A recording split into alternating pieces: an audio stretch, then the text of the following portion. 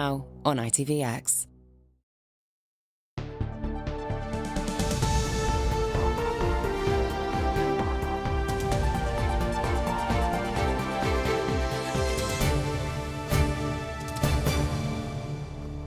Good evening. A maternity unit in Dorset has been rated as inadequate and issued with a warning notice. The health regulator has found the unit in Poole doesn't always have enough staff to keep women and babies safe. The unit was previously rated as good, but inspectors found safety and leadership had deteriorated. Tonight, the chief executive has apologised, as Richard Slee reports.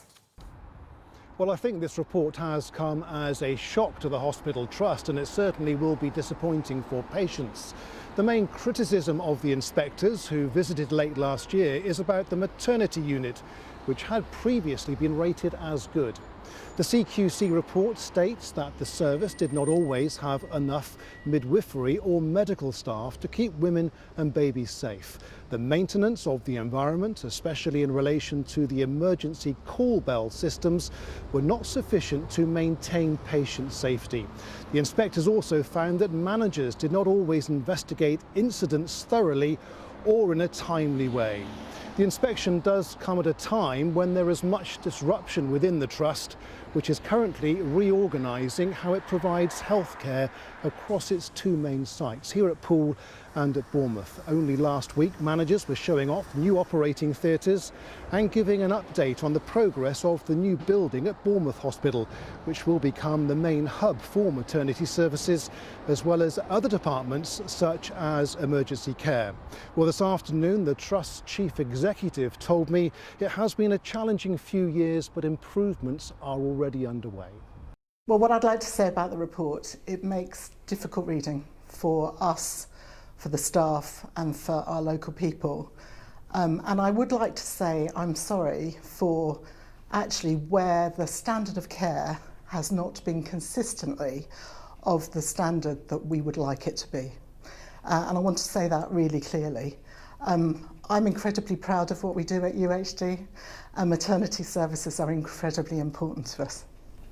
Many expectant mums will now be very concerned about your service at Poole. What's your message to them? The issues that are highlighted in the report, we have made immediate improvements.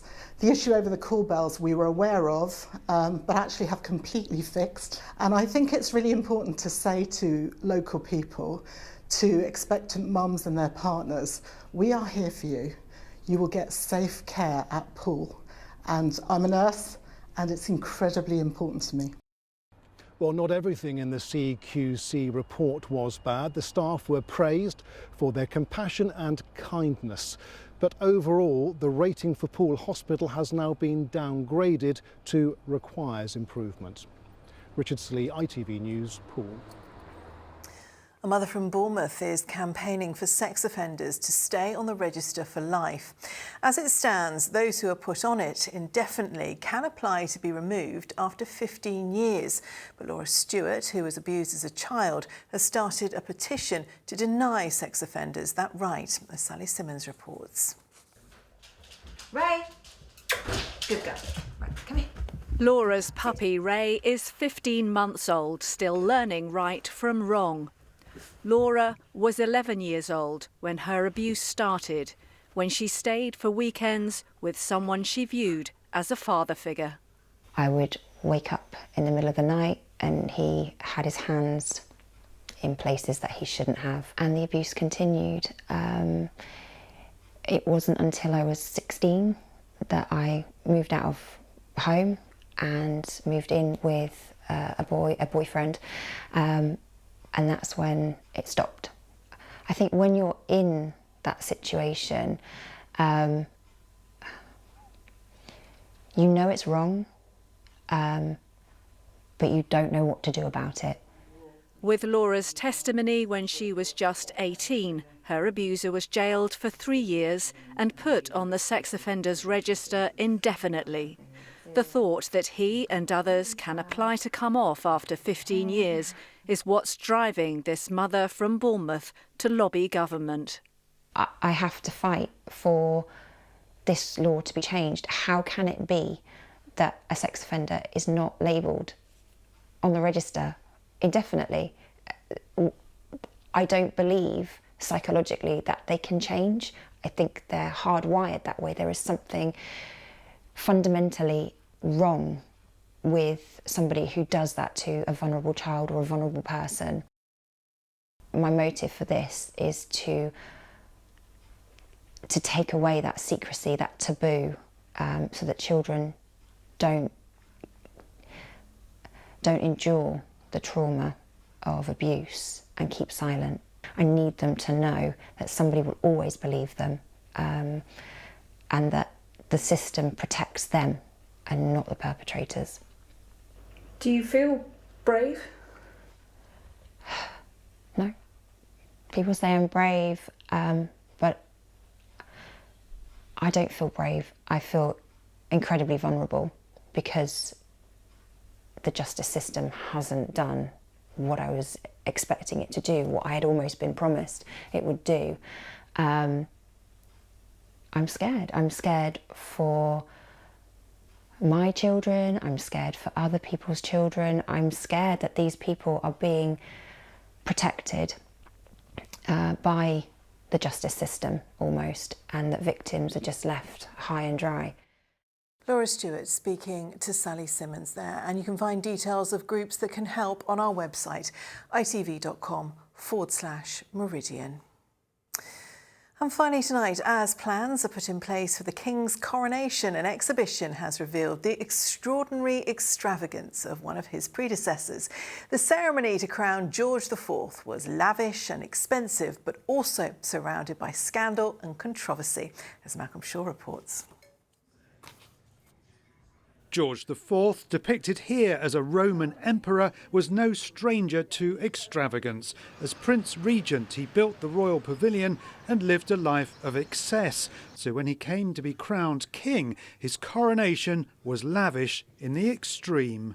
His own coronation robe, just his, and of course there was more than one, cost £24,000 back then. That was a tenth of the entire cost of the coronation back then, just his outfit. And it really was a reflection of his character, his style, his taste, and his self-obsession as well, but also the times he lived in. Nobody else after him dared to do it in the same way or even a similar way. Among the historic objects on show are these two original coronation outfits, one probably worn by the Lord Mayor of Rye as a canopy bearer. The other belonged to Sarah Ann Walker. Aged about 16, she was one of only 7 women in the procession, scattering flowers as they went. This exhibition in the Royal Pavilion comes as plans are laid for the coronation of our own King Charles III 200 years later. When George was crowned, Britain was in the ascendancy, Napoleon was defeated, we were becoming, for better or worse, a world power.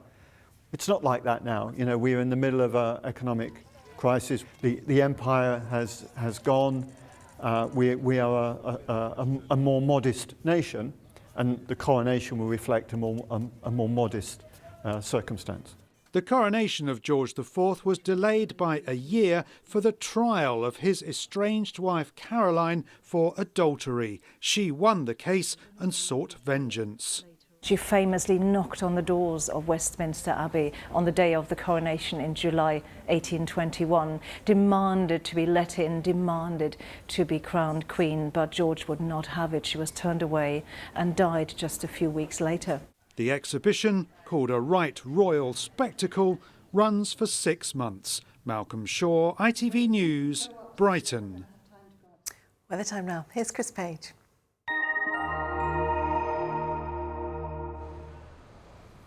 Feels like home, whatever the weather.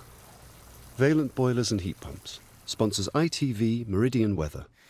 Hello there. Very good evening to you. The wintry weather that we've seen through much of this week will feel a bit like a distant memory through the second half of the weekend. Yes, there'll be some outbreaks of rain this weekend, less likely to see any snowfall. Drier and brighter on Sunday, but turning much milder from the winds as they veer round more to a southwesterly. It's this little system which will introduce more clouds as we go through Saturday afternoon and into the evening, bringing some patchy amounts of rain too, potentially more snowfall for the north of the country, but by Sunday we're in between weather systems, so actually a drier day to come, but it's this little outlier here which will set us up for something much wetter and windier as we start the new working week. Clearer skies overhead tonight mean that temperatures will fall away. The risk of ice around too, though, on untreated roads and surfaces as more cloud starts to roll in from the southwest by dawn. I think for most of us, we'll begin to see some patchy rain across western areas like Dorset here. Again, that system starting to gradually move its way in from the west towards the east. Sunny skies across eastern areas, but still dry until the mid-afternoon with highs around 6, maybe up to 7 degrees Celsius. Much milder on Sunday, highs of 12 degrees with sunny skies, just the odd isolated shower. Bye-bye. Valent sponsors ITV Meridian Weather. And that's all from us for tonight. We'll be back with the latest news on Sunday evening. No bulletins tomorrow due to the rugby, but from all of us here tonight, good night.